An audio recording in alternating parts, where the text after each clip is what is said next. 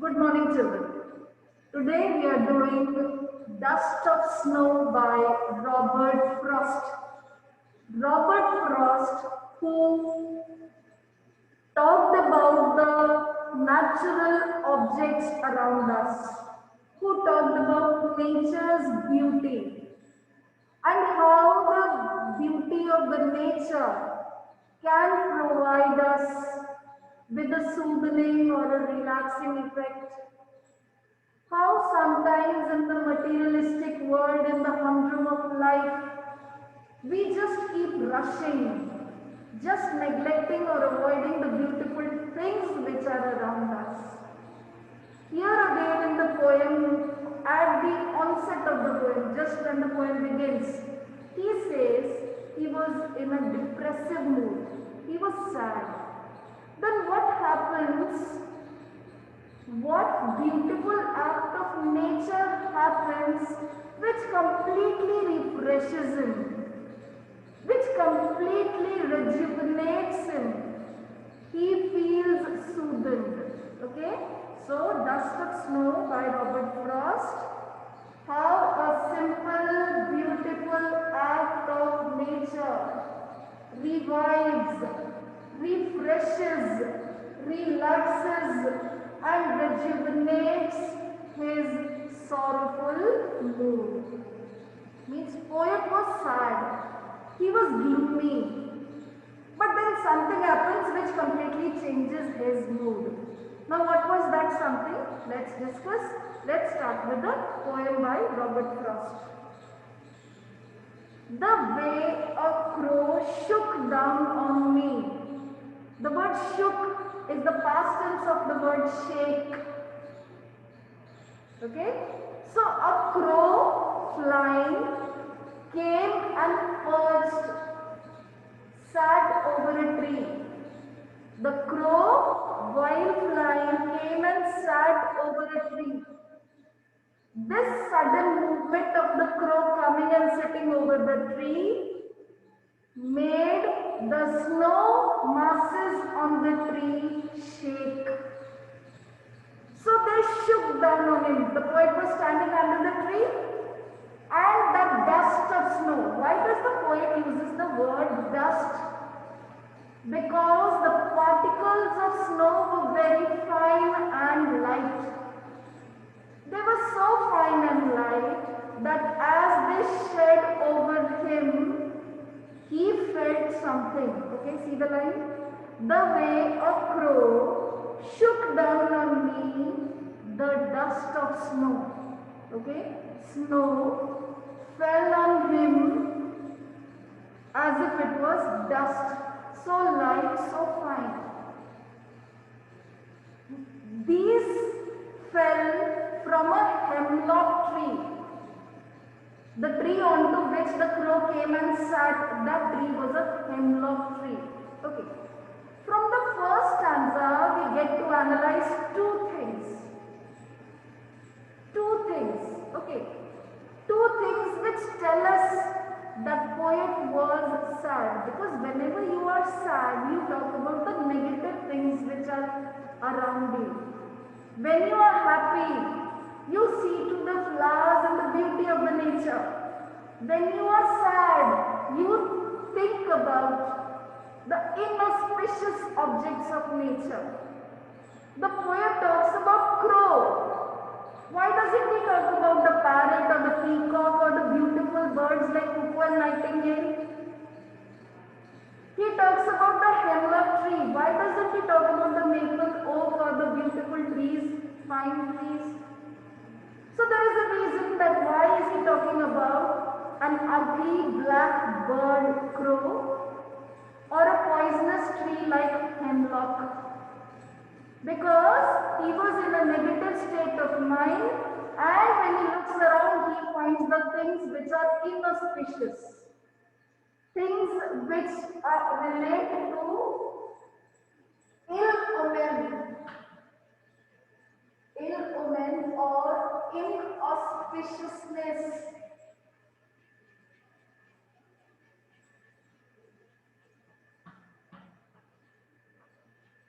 So the crow as well as refer to the inauspiciousness which is there around. Why? Because he was in a sad state of mood, he was gloomy. But that sudden beautiful act of nature, here, but this sudden, simple, beautiful act of nature, which act is he talking about here? Falling of the dust of snow. Okay, so he says, but that sudden, simple, beautiful act of nature changes his mood, gladdens his heart, uplifts his spirit. You may write this something. You may write these lines in the book itself. Gladdens his heart, uplifts his mood, relaxes his spirit. Okay? This sudden, simple, beautiful act of nature uplifts his spirit. Okay?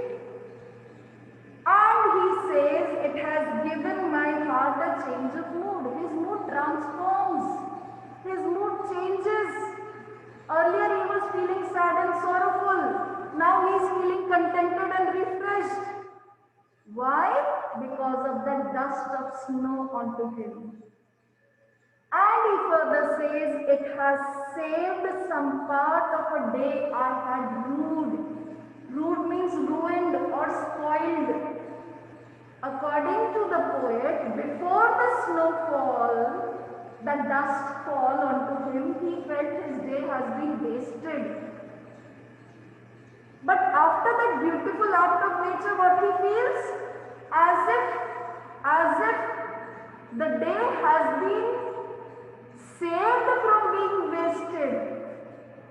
इतना अच्छा हुआ कि मेरा दिन waste होने से बच गया.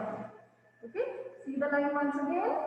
The way a crow shook down on me the dust of snow from a hemlock tree. I hope you understood why is he talking about the crow and the hemlock tree. Okay. Further he says, that simple beautiful act of nature has given my heart a change of mood. My mood has changed. Okay. Then, and it has saved some part of a day I had rued. According to him, before that act of nature, he felt that his day has been wasted.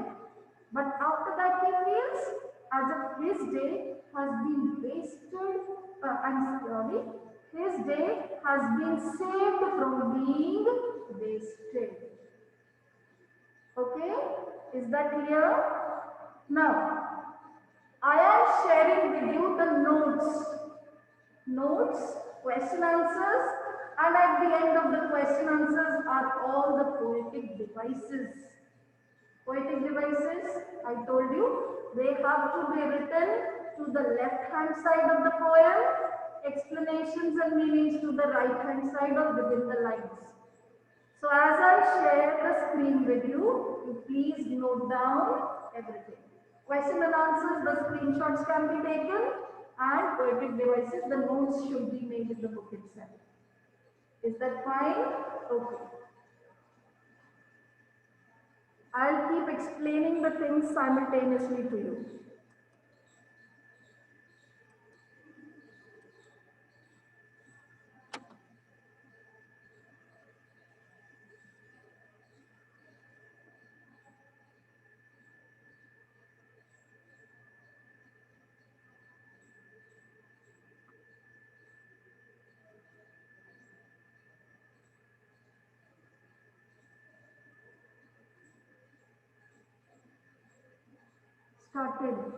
Started.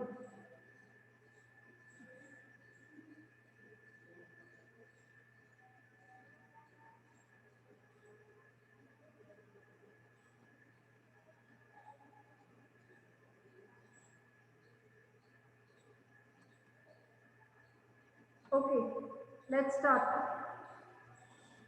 What is a dust of snow? What does the poet say has changed his mood? How has the poet's mood changed? The dust of snow means the light of fine particles or flakes of snow. During the snowfall, mass of snow gathers over everything. This beautiful sight of the snowfall leaves a deep impact on the poet's heart and mood. He was gloomy and in a regretful mood as he felt that the whole day had been wasted. But the sudden shower in the form of the dust of snow changed his mood. The poet's mood changed from sad to happy. He felt refreshed and wanted to enjoy the rest of the day. Okay? Now, second question. How does Frost present nature in the poem? Class 10C and D, are you able to hear and see clearly things? Okay? Rudra and Ella, whenever you come to school, beta, all the doubts shall be clarified. Or you wait for a while. Let me finish with the notes, then we'll talk amongst ourselves and discuss things. Okay? Question number 2. How does Frost present nature in the poem? Robert Frost has presented nature in its elemental and raw form. It is quite a dull and depressive winter day. It is snowing. The fine flakes of snow have amassed on the top of the trees. The poet is standing under a hemlock tree associated with poisonous qualities. The sudden arrival of the crow and its alighting on the tree. Alighting means coming and sitting over. Okay? So the crows alighting on the treetop led a mass of fine snow dust fall on the poet. This sudden natural happening refreshes his spirit, gladdens his heart and brings cheerfulness to his depressed mood. Okay? Kindly remember all these three small statements. Okay? How did his mood change? Then, question 3. What are the birds that are usually named in poems? Do you think crow is often mentioned in poems? What images come to your mind when you think of a crow? Generally, poets take the birds which are known for their beauty and good qualities. Okay, like peacock, parrot, cuckoo, nightingale, myna, etc. These birds either stand for the melodious voice or the royal grandeur. Okay? But here Frost has taken a totally different approach. He chose a crow, which is not often used in poems. Crow is black in color with a very harsh voice and is believed to be a symbol of bad omen. Bad omen in Hindi, it means apshagun. Okay? Thinking of a crow brings very depressing and sorrowful pictures to our mind. Basically, inauspicious images only. Okay? Now, next, poet talks about hemlock tree. Why doesn't poet write about beautiful trees like maple, oak or pine? Hemlock tree is poisonous plant with small white flowers. The poet Robert Frost did not choose to use an oak, maple or pine tree. Instead, he chose the hemlock tree and left all the beautiful trees present in the world. Actually, he did so to present the readers his sad mood and feelings of grief. Princey, kindly pay attention here in the class.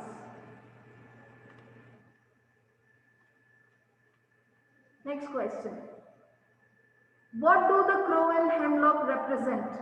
Joy or sorrow?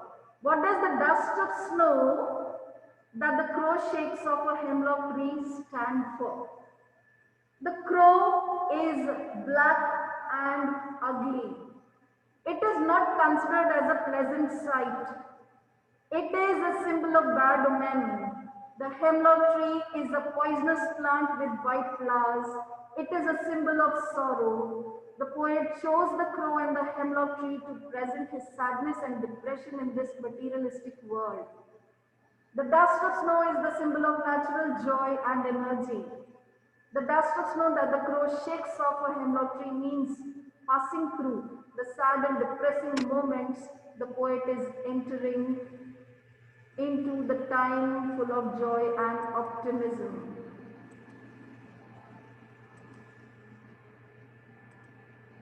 Your class 10 C and D, I can see someone raising the hand asking for a doubt.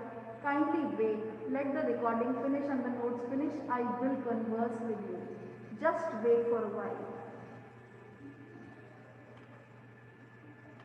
What message does the poet wish to convey through the poem? Robert Frost gives quite a positive message to the readers here. Depression and hopelessness do cloud our hearts, spirits and moods. However, there is a silver lining behind every dark cloud. The poet too had given up all hope and declared that the whole day would go waste. Suddenly, the fall of the fine dust of snow on him brings about a change in his mood, and cheerfulness replaces the feeling of regret. The poem teaches us that we should not be desperate because there is always an opportunity to change the sad mood into happy mood. Today, when most of the people are living in a stressful atmosphere, the poem teaches us to gain happiness from little things. Okay? Next question. This next question, children, is for an explanation to you that how from the poem or from the text do you get the detailed question, the 5-mark question. Class 9, if you remember, I explained you that in all the detailed questions, along with the content of the poem, you have to talk about your own views. So here this kind of question is one such question. It is our attitude towards a situation that makes it positive or negative. Do you agree with it? Okay, like some people with a half glass of water, some would say it is half empty and they keep crying for that. Some would say it is half full and they are happy and content with that. Okay, so it is the attitude towards the situation that makes it positive or negative, and this is what we call optimism or pessimism. So the poet is trying to talk about this. Let's have a look. It is true that our attitude towards a problem plays an important role in making it positive or negative. Most of the people in today's world live a stressful life. They face different types of problems.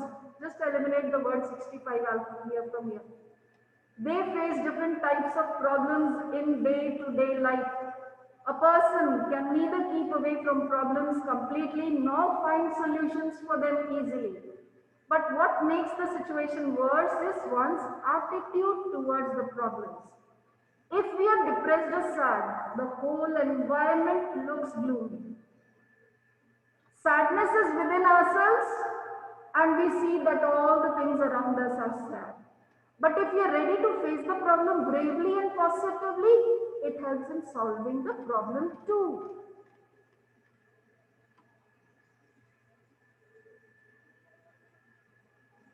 The poet in the poem Dust of Snow was in a sorrowful mood. He felt that the whole day was going to be gloomy. But when a crow shook down snowflakes on him, his bitter mood changed into an optimistic one. This small, regular incident wiped away his gloom and made him feel cheerful. He could have become unhappy when such a thing occurred, but instead of seeing the negative aspect of the incident, he took a positive vibe from it. Thus, the poem teaches us to find happiness from small things and to take everything positively. Okay, it starts raining. Some of us feel happy with the rain. We feel so refreshed. We wish to have a rain bath and enjoy the rain. On the other hand, there are the same people who would feel, oh, what a mess has been created. Everything has been spoiled. It's all messy here. I'll have to wipe out the whole floor. I have to do the cleaning part. It's all on us whether you take things happily or unhappily. It's our attitude which determines.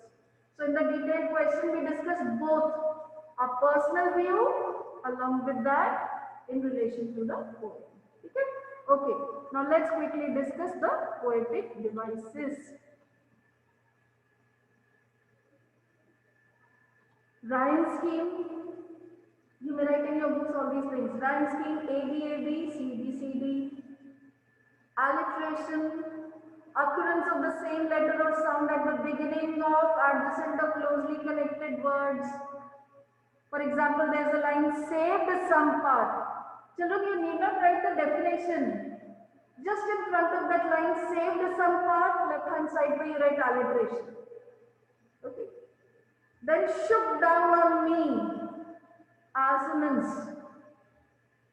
Okay. All the poetic devices you know very well. Then there is enjambment throughout the poem. When the same sentence continues to the next line without the use of any punctuation marks, have a look throughout the poem. There is an enjambment. Then the dust of snow, metaphor. Then crow and hemlock tree, symbolism. Okay? Please write in the book. Rhyme scheme, alliteration, assonance, enjambment, metaphor, symbolism. Okay, symbolism is the last one. Understood well? So with this, we complete our poem, its question answers and the poetic devices.